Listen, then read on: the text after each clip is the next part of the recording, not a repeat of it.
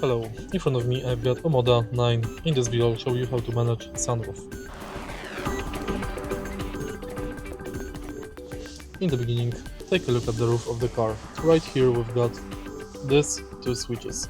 Push this switch backwards to open sunroof curtain.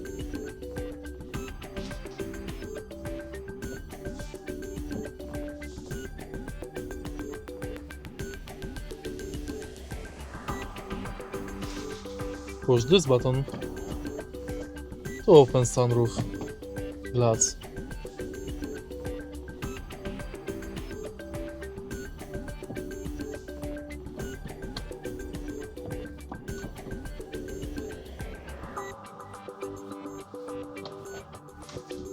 Then push it in the other direction to close it. If you find this video helpful, please like, comment and subscribe.